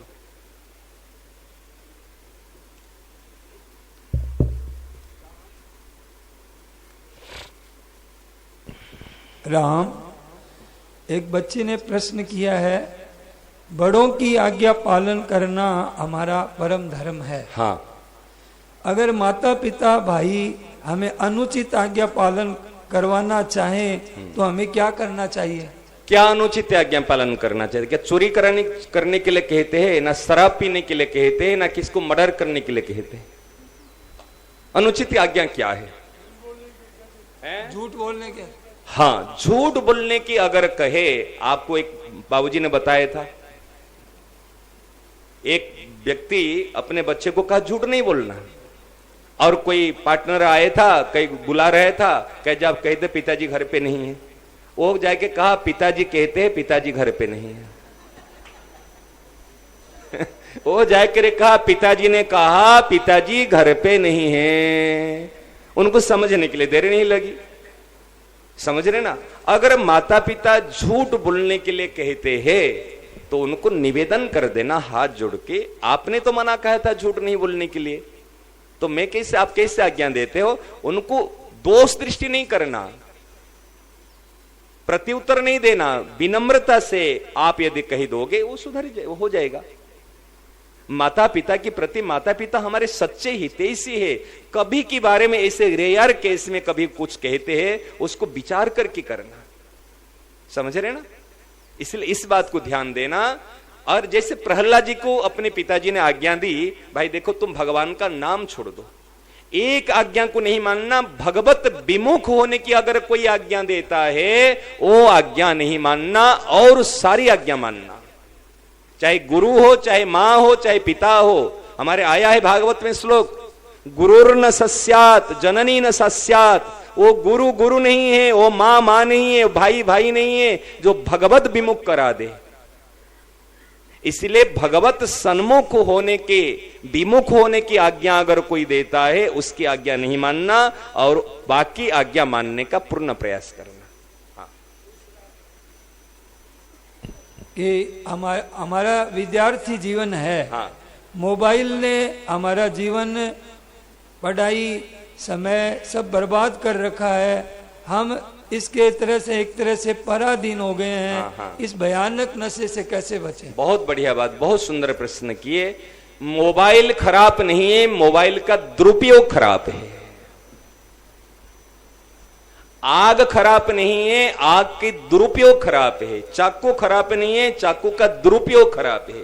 मोबाइल को इतने काम लेना है, अलार्म दे देना मोबाइल में, मैं 10 मिनट के लिए मोबाइल देखूंगी या देखूंगा, या जितने काम की इतना देखूंगा।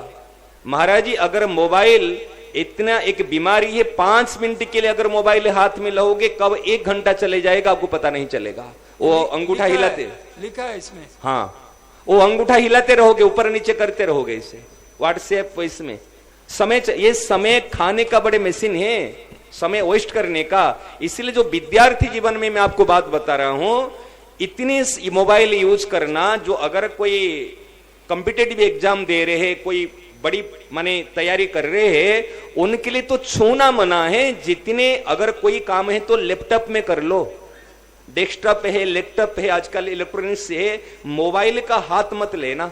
वो पढ़ाई का काम कर लो और उसमें मोबाइल से दूर रहना, तो आप काम कर सकते। बोले कि 5 मिनट का 50 मिनट में बदल जाता है। यही तो मैं बता रहा हूं ना, अभी 1 मिनट के लिए हाथ में लोगे, वो घंटा भर खा जाएगा, आपको पता नहीं चलेगा। इसलिए हाथ में नहीं लेना और प्रोमिस करना। मैं बिल्कुल, ऐसे कई लड़के लड़की हैं हमारे ध्यान में, उन्होंने महाराज जी 17 घंटा 18 घंटा पढ़ रहे हैं, लेकिन मोबाइल का प्रयोग नहीं। उनको कह दे मर जाओ तुम एक बार साल भर के लिए, मोबाइल का हाथ मत लगाना, तब कब पढ़ सकते नहीं। मतलब आजकल समय में पढ़ाई ऐसे नहीं हो पाएगी, इसलिए सावधान रहना। एक प्रश्न और लिखा है, विद्यार्थी का जीवन कैसा होना चाहिए? हाँ, विद्यार्थी के जीवन उत्साह से भरपूर होना चाहिए, समझ रहे ना, बिल्कुल उत्साह, एक्साइटमेंट, तत्पर, रेडीनेस और दृढ़ प्रतिज्ञा। हम बच्चों के लिए बता रहे, विद्यार्थी जीवन के लिए 2 सूत्र बता रहा हूं संक्षेप में। Time and target, most powerful energy of the students life. Time, never forget and ever remember, never forget and ever remember time and target. This is my target. Target को फोकस करना और टाइम का utilise करना, ध्यान देना।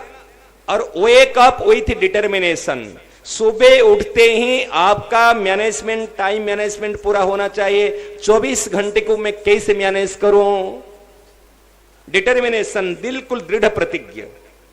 और go to bed with satisfaction, जब आप सोने जाओगे लगेगा आज मैंने 24 घंटे को यूटिलाइज ठीक तरीका से किया हूं। आपको यहां पर शांति संतोष मिलना चाहिए। ये स्टूडेंट लाइफ के तरीका है, ठीक है ना। हाँ, कि महाराज जी आपसे हाथ जोड़कर प्रार्थना है कि महाराज जी जीने के लिए कुछ अवलंबन देवें। जीने के लिए महाराज जी ही है, जीने के लिए साधक संयमी ही अवलंबन है। महाराज जी से बढ़कर के कोई आधार और अवलंबन नहीं है जीवन में। जो ये प्रश्न किया है, हम कहता हूं, प्रत्यक्ष कहता हूं, अगर मेरी बात मान ले, इनको महाराज जी को ऐसे चिपका के सो जाए, ये ही अवलंबन है, ये ही आधार है, ये ही संबल है, ये ही कृपा है और ये ही सर्वोपरि है। करके देख लो आप। एक लड़की बड़े, ये जो भूत में ऐसे हवा से बहुत परेशान थी, उनके दादा के पास में फोन आया, अरे ऐसे ऐसे परेशान। उनके लिए चिंता नहीं करना, महाराज जी को लेके चिपक के जाके सो जाना। महाराज जी आराम से सोई, कोई किसी प्रकार की कोई टेंशन नहीं। ये जानते हो ये क्या है? अभी तो समय नहीं, मेरे विचार था संजीवनी साधक जीवनियम, ये साधकों का जीवन है, मुर्दे में प्राण दे देने वाली चीज है, ये जीवन है, जीवन, ये कृपा है, ये जीवन, समझ रहे ना। इसलिए जीवन प्राप्त करना चाहते केवल पकड़ के रख लो, अपने आप संभाले। हाँ, कौन सा अध्याय को बार बार पढ़ें जिससे घर संसार में आसक्ति है वह दूर हो जाए और राम जी के चरणों में दिन रात हर याद आती रहे और मैं भूलूं नहीं? देखो, अध्याय पढ़ने से, घर संसार से पढ़ने से नहीं होता है, मानने से होता है, ठीक है ना। अगर अध्याय पढ़ना छोड़ दो, महाराज जी ने जो सूत्र बताए ना, एक आगमा पाइनो अनित्या बताया ना, नहीं महाराज जी ने सूत्र। अध्याय तो छोड़ दो, एक मंत्र आगमा पाइनो अनित्या, ये आने जाने वाले अनित्य है, बस मान लो, इसको पढ़ लो एक बार को, महाराज जी की आज्ञा का पालन हो जाएगा और आपका काम हो जाएगा, बस पढ़ लो। असंग शस्त्रेण दृढ़ेन छित्त्वा, ये पढ़ लो। गुणा गुणेषु वर्तन्ते इति मत्वा न सज्जते, ये पढ़ लो। तस्मात् असक्त सततम कार्यम कर्म समाचरण, ये पढ़ लो। कोई एक श्लोक को तो ये उतारे लो, खाली पढ़ने से थोड़ी हो जाता है। महाराज जी की बात मान लो, हो जाएगा। हाँ, इसमें बताया वृंदावन में आपने, हाँ ये बता दिया, अभी इसका उत्तर दे दिया। अच्छा, ये बता रहे हैं, पूछ रहे हैं कि स्वामी जी महाराज ने कहा कि मैं सुगम से सुगम परमात्मा प्राप्ति का मार्ग बता दूंगा। हाँ। तो वो सुगम से सुगम मार्ग वो कौन सा है? परमात्मा केवल मेरे अपने हैं। बताऊं महाराज, एक बड़ी विशेष बात मिली है। अभी आए थे हम, कहा, कब आए थे? अभी फरवरी में आए थे ना, यहाँ पे घाट पे जो सत्संग था। हाँ, फरवरी में। महाराज जी एक बात आपको, बड़ी मार्मिक जोरदार बात है।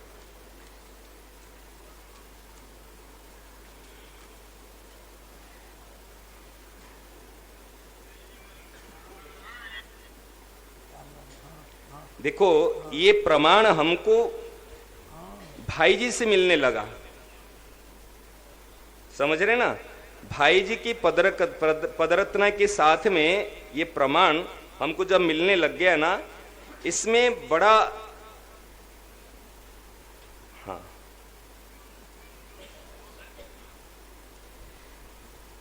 मैं आपको प्रमाण के साथ बताना चाहता हूं।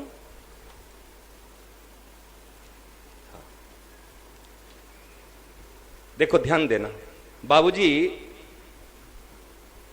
अभी गिरिराज में, वहां पर एक गीता बाटी का नाम है गोवर्धन में, वहां पर पदरत्नाकर षोडश गीत पर कुछ ऐसे रसिकों की कुछ चर्चा थी। कृपा की पर बात चली, केवल कृपा की पर। भाई जी ने पदरत्नाकर में 7 प्रकार की कृपा बताई,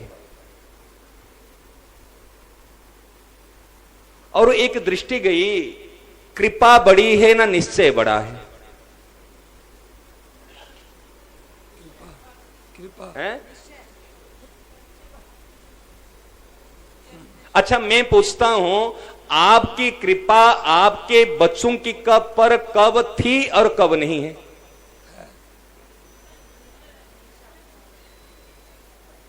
नित्य है।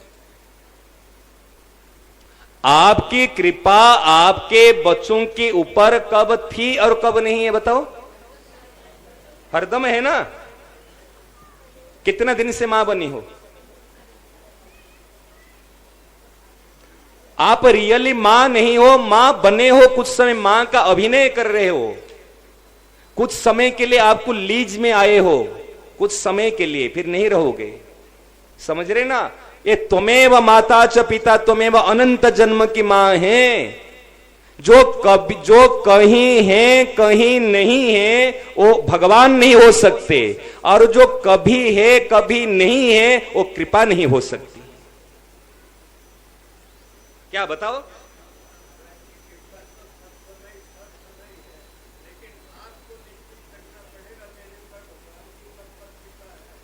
यही बात तो सेठ जी ने कही थी ना, जो महाराज जी ने कहा था थारे पर कृपा क्यों, कि थे मैं मानो थे मानो को नहीं, मैं स्वीकार करूं थे स्वीकार करो को नहीं।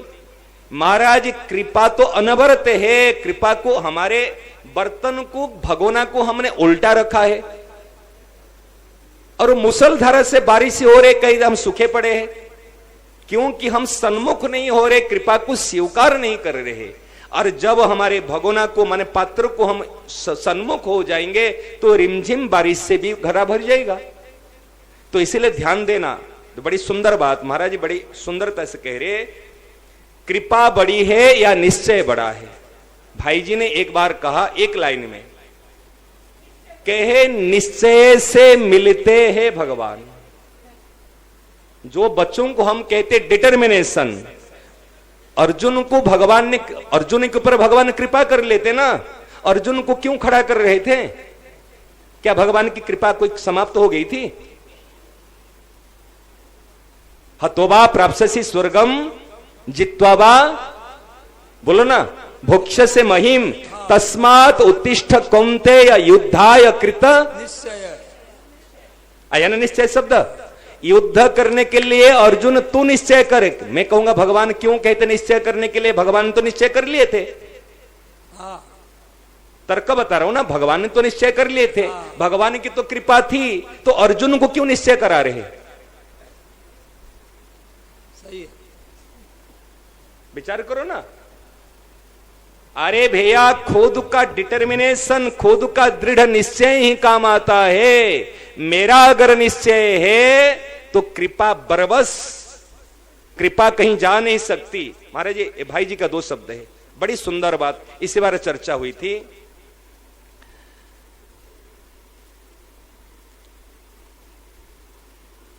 मुझे कहीं भी नहीं जरा भी, मुझे कहीं भी नहीं जरा भी, कोई भी कुछ मतलब, कोई भी कुछ मतलब, तुम मेरे हो, ध्यान देना, तुम मेरे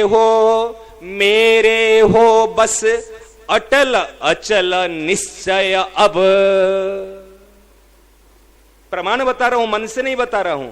तुम मेरे हो, ध्यान से सुनना बच्चे लोग, इधर उधर नहीं होना, कोई बात नहीं। तुम मेरे हो अटल अचल निश्चय अब।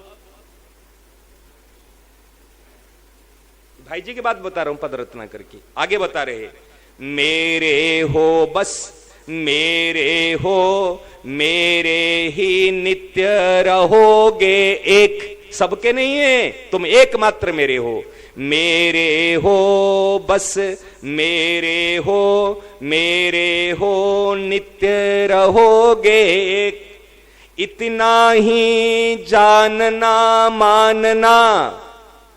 क्या जानोगे और ज्यादा, क्या और मानोगे ज्यादा?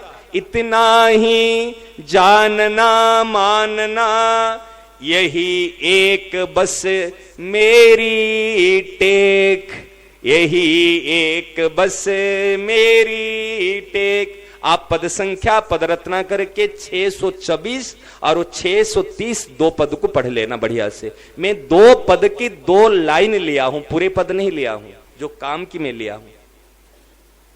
जो महाराज जी ने कहा केवल मेरे अपने हैं, ये ही सबसे बड़ी सार बात है। हमारे रसिकों ने कहा मेरी बिहारिणी मेरी मेरी, ये रसिकों की भाषा में, ये भाई जी की हमारे भक्तों की भाषा में बता रहा हूं। आप जैसे जिसी भाषा में समझना चाहोगे उसी भाषा में बता देंगे, ठीक है ना? समझ में आए ना? इतना ही जानना मानना और यही एक बस मेरी टेक। क्या है? तुम मेरे हो अटल अचल निश्चय अब। इतना कर लो ना भैया। अब फिर क्या करना? ये निश्चय करने के बाद में स्वीकार हो गया, अब पुकार। महाराज भागवत का एक श्लोक है, 12वां स्कंद का 12वां अध्याय का 54 नंबर श्लोक। आप कभी भागवत देख लेना। और इस श्लोक की व्याख्या अगर मिलाओगे, महाराज जी की पुकार निकलेगी, हे नाथ, हे मेरे नाथ, मैं आपको। ये श्लोक की व्याख्या हमारे बद्री भाई यहां बैठे, एक बार नापासर में इस श्लोक की व्याख्या हुई थी, आपको ध्यान होगा। नापासर में नहीं, गजनेर में। आप गजनेर पधारे थे उस समय में। हे मेरे नाथ की व्याख्या भागवत की 12वां स्कंद के 12वां अध्याय के 54 नंबर श्लोक सब देख लेना। मैं खाली श्लोक बोल देता हूं। अभिस्मृति ही कृष्ण पदार बिंदयो क्षिणोत भद्राणि समम तनोति च सत्वस्य शुद्धिम परमात्म भक्तिम ज्ञानम च विज्ञान विराग युक्तम। महाराज अभिस्मृति कृष्ण पदार बिंदयो, यदि आप कह दोगे हे मेरे नाथ मैं आपको भूलू नहीं, तो क्या होगा? अभिस्मृति कृष्ण पदार बिंदयो क्षिणोति अभद्राणी, आपके सारे अमंगल नष्ट हो जाएंगे। क्षिणोति अभद्राणी, और तुरंत शांति मिलेगी। शमम तनोति च, समस्त अंतकरण शुद्ध निर्मल हो जाएंगे। सत्व से शुद्धिम, भगवान में भक्ति हो जाएगी। और ज्ञान विज्ञान वैराग्य सब के सब अपने आप आ जाएंगे। केवल एक बात कहनी है, हे नाथ। क्या आवाज ऐसी इतनी से आनी चाहिए? बाकी समय तो खूब आवाज। जयकार बोलते समय और पुकार करते समय लगता है रोज ही एकादशी है। हे नाथ, हे मेरे नाथ, मैं आपको भूलू नहीं। हे मेरे नाथ, हे मेरे प्राणनाथ, कोई भी आपको भूले नहीं। ये बात है। और एक प्रश्न कर लूं, कल जो हमारे परीक्षा हुई थी, कौन सी बात है जो आप कोई नहीं कहे अभी तक?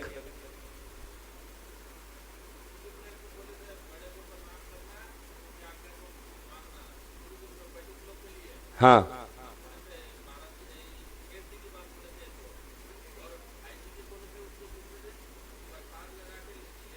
अच्छा, ये बच्चों के लिए, बटुक के लिए बनाए थे। बड़ों को प्रणाम करना और बड़ों की आज्ञा का पालन करना, ये सेठ जी की तरफ से बताया था। और महाराज जी की तरफ से, महाराज जी की याद नहीं भाई जी के लिए क्या बताया था? हाँ, जो तुम ही निवेदित भोजन करही, प्रभु प्रसाद पट भूषण धरही, ठाकुर जी को प्रसाद लगा के लेना और वही लेना है, बिना बाकी मुख में कुछ नहीं लेना। महाराज जी के लिए महाराज जी क्या बताया था? कौन बता सकता?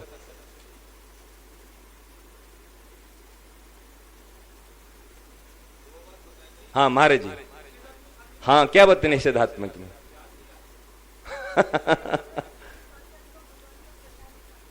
ना, निषेधात्मक बताया था।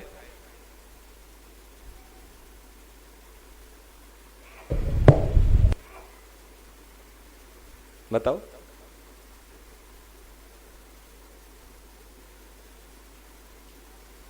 फिर सोच लेना एक बार। सेठ जी की 3 सूत्र बताए था, कौन बताएगा? धीरता, वीरता और गंभीरता। महाराज जी की 3 सूत्र बताए था, भाई जी की 3 सूत्र बताए था।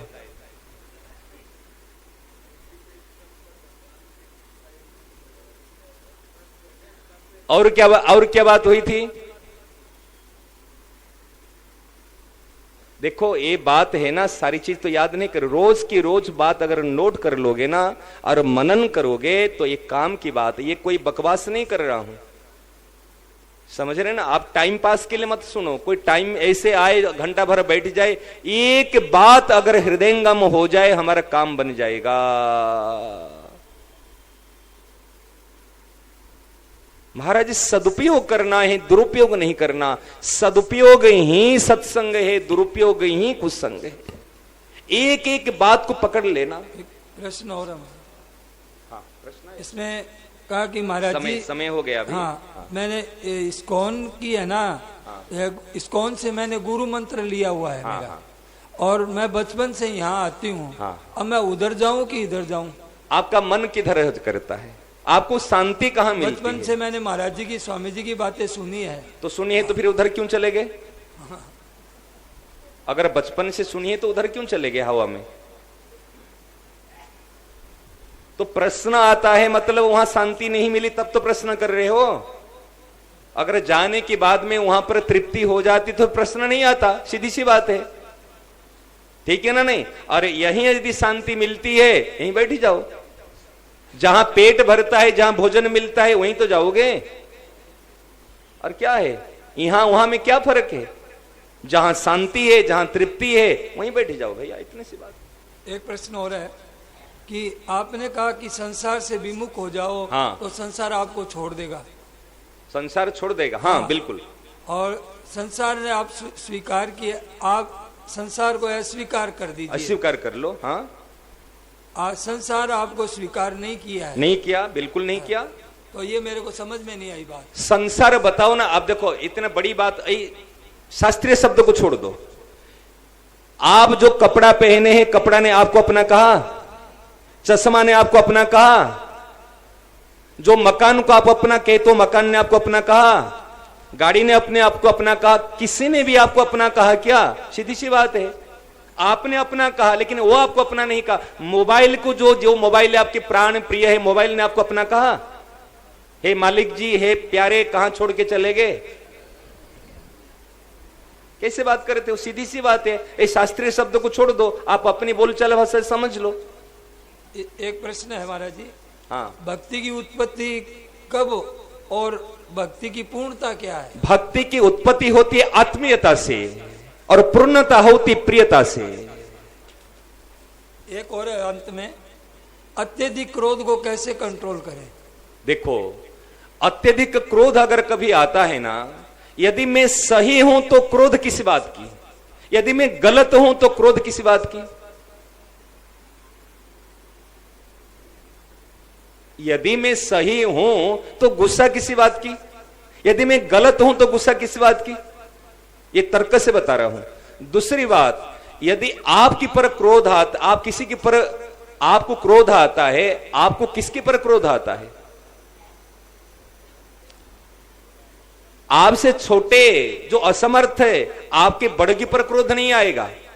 समझ रहे ना? एक बच्चों को हमने बताया था, एक कौन सी उम्र के, उम्र कितने हैं सबके लिए एक उत्तर नहीं है। हाँ, ये जो एक प्रश्न जिसका है ना, वो एज देखना पड़ता है, भाव देखना पड़ता है। उत्तर, एक प्रश्न का उत्तर अनेक होगा, एक नहीं होगा। आपका है, आप एक काम करना, जब गुस्सा है ना, कुछ कील खरीदी कर लेना, लोहे की कील, ठीक है, और दीवार में या कोई ऐसे लकड़ी का ऐसे टुकड़ा रखना, और उसी कील को लेकर खूब ठोकना उसमें हथौड़ा से। गुस्सा आए तो एक कील लेके ठोकना, जितनी बार गुस्सा आएगा एक कील लेके ठोकना, ठीक है ना? एक काम करना, तो प्रैक्टिकल बता रहा हूं तब समझ में आएगी, मैं थ्योरी नहीं बताता हूं। और जब गुस्सा शांत हो जाए ना, इस कील को निकालना, ठीक है ना? और निकालने के बाद जो छेद हो जाए ना, उसमें जो छेद हो जाए, इसको भरने के लिए पानी डालना। भर जाएगा? नहीं भरेगा। भर जाएगा क्या? नहीं भरेगा ना? तो एक बार क्रोध करने से जो छेद हो जाता ना, छेद की भरपाई नहीं होती। आपको अध्यात्म हिसाब से बता रहा हूं, एक बार गुस्सा करने से साइंटिफिकल रीजन है, साइंटिस्टों ने रिसर्च किया है, एक बार गुस्सा करोगे, हमारे अंदर की जो शक्तियां होती है ना, जो हमारे अंकुरित होने की, जो माने विकास होने की शक्ति, वो सारी शक्ति नष्ट हो जाती है। कैसे? जैसे आप एक काम करना, कुछ चने लेना, काले चना या कोई चने छोले कुछ लेना, लेके इसको जहां पर तावा में, जहां पर रोटी सेकते हैं ना, एक गरम तावा में केवल उसको डाल देना, तपाना नहीं, केवल डाल देना। जैसे रोटी सेकने के बाद उस तावा में डाल देना, और फिर इसको लेके एक मिट्टी के पात्र में इसको लगाना। आप देखना उसमें अंकुरित तो होंगे ना, नहीं होंगे? अगर थोड़ी सी गर्माहट पाने के बाद में आज ये बीज के जो अंकुर होने की शक्ति नष्ट हो जाती है, यदि हमारे अंदर में इतना क्रोध जाएगा तो कितना बड़ी हानि करनी करेगी। और एक बात बताऊं, एक क्रोध से इस शरीर में एक खून सब क्या बताएं, जहर बन जाता है। बाबूजी एक घटना बता रहा हूं आपको, बीती हुई बात। एक प्रांत में, स्थान का नाम तो बताना नहीं चाहता हूं कि लोग खबरी बात जाती है ना, कहीं तो हमारा नाम बता दिया, लोगों को इंसल्ट होती है, इसलिए नाम नहीं बता रहा हूं। सास, समय हो गया भाई, बता दूं, सास और बहू थे, आपस में लड़ाई हो गई, और वो बहू की एक छोटा सा बालक, अभी 6 महीना साल भर का बालक मानो, आपस में लड़ाई हो गई। लड़ाई होने के बाद में खूब हाथापाई तक चले गए, और ऐसे लड़ाई होने के बाद में वो बच्चा रोने लगा। तो सास कह रहे, अरे बहू जाएगी तो बच्चे को दूध पिला दे, फिर बाद में लड़ लेना। और क्रोध में, गुस्से में तो थी। महाराज जी, एक बहुत दिनों के बाद में एक बेटा हुआ था। माने देखो, बहुत दुख की बात है। और आई आकर तमतमाते हुए कि अपने छाती की दूध पिलाने लगी। जैसे महाराज जी दूध पिलाई उन्होंने, कुछ समय के बाद, कुछ समय क्या 10 मिनट हुआ, उनका शरीर सब नीला पड़ गया और बिल्कुल ऐसे लटक गई वो मुख। तुरंत उनको लेकर हॉस्पिटल दौड़े। डॉक्टर ने चेक किया, इमरजेंसी में भर्ती कराया, चेक किया। चेक करने के बाद में कही, अरे किसने इनको जहर दिया है, नीला पड़ गया। कि जहर किस 6 महीना के साल भर बच्चे को जहर किसने देगा? ये तो बात समझ में नहीं आई। फिर डॉक्टर ने सोचा, आप ऐसे बाल बिखरे हुए क्यों हैं और ऐसे उग्र रूप क्यों हैं? कि हमारी लड़ाई हो गई थी हमारी सास के साथ में, फिर मैंने दूध पिलाया। माने उन्होंने तुरंत रिपोर्ट किया जी इनके दूध को एक टेस्ट करो, छाती के दूध को। उन्होंने छाती के दूध को लेकर लैब में टेस्ट किया गया। महाराज उसमें विष निकला। मैं आपको बता रहा हूं, साइंटिस्ट, साइंस। महाराज देखो, गाय का दूध, गाय को देखोगे शरीर में कहीं पर दूध नहीं है। खून भी प्रेम से दूध से कन्वर्ट हो जाता है, और दूध आज गुस्से के कारण में जहर में कन्वर्ट हो जाता है। मैं आपको साइंस की बात बता रहा हूं। एक बार हमने देखो, कई बार परीक्षा और एग्जाम करने की हमारा है, गाय के थन में हमने सिरिंज लगा दिया। महाराज दूध एक बूंद भी नहीं निकला, खून आया। वास्तव में गौ माता की कोई भी शरीर में दूध की स्टोरेज नहीं है। आप नाड़ियों को देखना, जैसे बछड़ा मुंह लगाता है ना, ऐसे खून दूध में कन्वर्ट हो जाता है, अमृत बन जाता है। और जैसे हम गुस्सा करते हैं और ऐसे अमृत खून माने जहर बन जाता है। ये साइंस की बात महाराज, ये हमने बच्चों को बता रहे, प्रैक्टिकल एग्जाम करके देख लेना। इसीलिए कभी गुस्से के समय में भोजन मत करना। हम बार बार कहते गुस्से के भोजन करने समय कम से कम शांत चित्त से बैठ करके, मैं माता बहनों को 3 बात कहता हूं, मेरी प्रार्थना स्वीकार कर लेना। बड़ी हृदय से, दर्द से, बड़ी वेदना से कहता हूं, भोजन जो जहां पर रसोई बनाते हो ना, कृपा करके वहां पर मोबाइल का प्रवेश मत कराना। मोबाइल से कोई अशुद्ध वस्तु दुनिया में नहीं है। बात करते हो तो वहां पर थूक लग रहे हैं, पसीने लग रहे हैं। कौन से मोबाइल को आप रोज धोते हो? कपड़े धोते हो, सारी चीज धोते हो, लेकिन सबसे अशुद्ध हाथ लगा रहे। कैसे महाराज जी शौचालय में लेके मोबाइल चले जाएंगे? अरे बताओ, बेड के सोते समय सब समय मोबाइल, इसलिए किचन रूम में मोबाइल का प्रवेश मत कराना। जहां पर बैठ के साधन भजन करे तो मंदिर में एक शुद्ध पवित्र स्थान रखना, वहां पर मोबाइल का नहीं लेना। और भोजन करते समय कभी टीवी मोबाइल का यूज मत करना। समझ रहे ना आप? देखे ना, भोजन बनाते समय भगवान का नाम लेके आप भोजन बनाने। स्थान पवित्र हो, भाव पवित्र हो, कमाई पवित्र हो, अन्न पवित्र हो। और भोजन करते समय 15 मिनट तक आप भगवान का नाम लेते हुए भोजन करना, मोबाइल का प्रयोग मत करना। और कोई भी माता बहन उस समय दूसरी बात बस भरे नहीं, ये सावधान रखना। ये मोबाइल से दूर रहना तो देखना आपको कितने आप अनुभव करोगे। महाराज मैं ये बात सीखी हुई नहीं कहता हूं, दोनों चीज का अनुभव बता रहा हूं। जो करता हूं वही चीज प्राय मैं यूथ को बताता हूं, नहीं तो इसका प्रभाव नहीं पड़ेगा। थोती बातों का प्रभाव नहीं पड़ता। समझ में आई ना? इसीलिए गुस्सा क्यों नहीं। अब सोचा तेरे को करना है ना नहीं करना, तो सोच ले। आगे ना बात समझ में? बस ठीक है। अब बजरंग की आवाज में क्या? बजरंग जी की आवाज में क्या हो जाएगा? मिल जाएगा। एक बार बजरंग जी आवाज में सुना। हाँ ठीक, इसमें लगा देते हैं।